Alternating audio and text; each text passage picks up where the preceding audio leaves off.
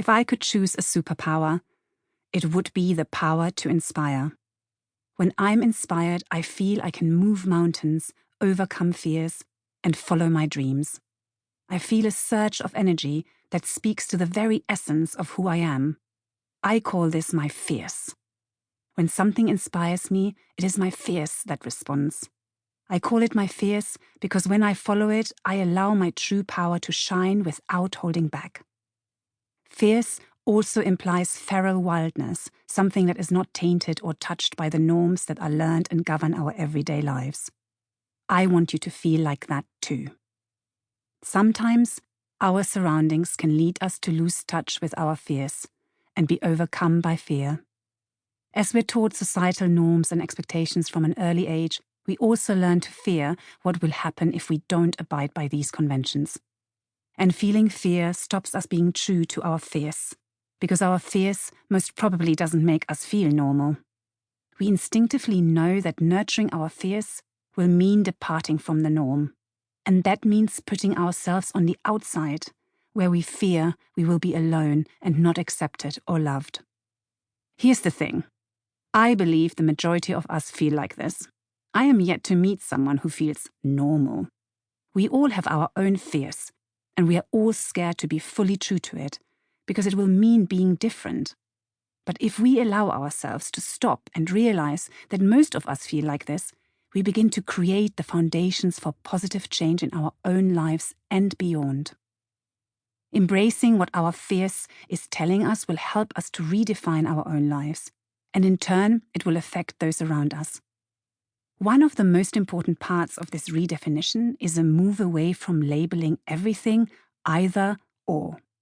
We imprison ourselves by defining our lives within the constraints of binaries such as light and dark, good and bad, right and wrong, with or against.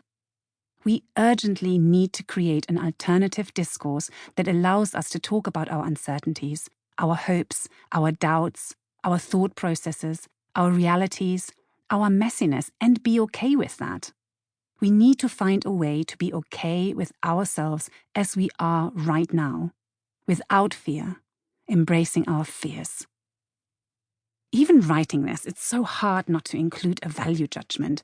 Fear is bad and fierce is good. But looking at it in this way doesn't help us.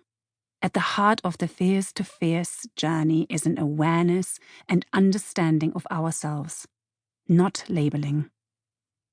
If we are to free ourselves and determine what truly works for us and our fears, questioning those labels and moving beyond them to understand who we are, what we really think and feel, and what our fierce is telling us is so important. That self-leadership is at the core of fierce to fierce.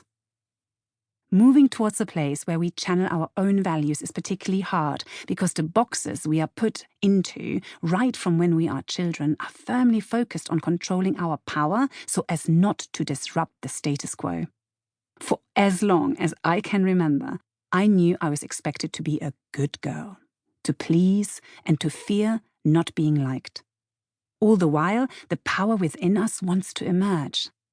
My personal journey of striving to be true to my passions and connect to the fire in my belly has shown me that the answer, a meaningful and purposeful life, was within me all along. The change we are seeking, the impact we want to create, begins with looking within. In Fierce to Fierce, I invite you to listen to your inner power because you are the change. As we commit to ourselves and stop questioning our fears, the doubt and fear that we have been brought up with dissolve and we accept our own power. Our impact on the world around us shifts. We start to see how our own transformation inspires change in others, and we realize we are not alone.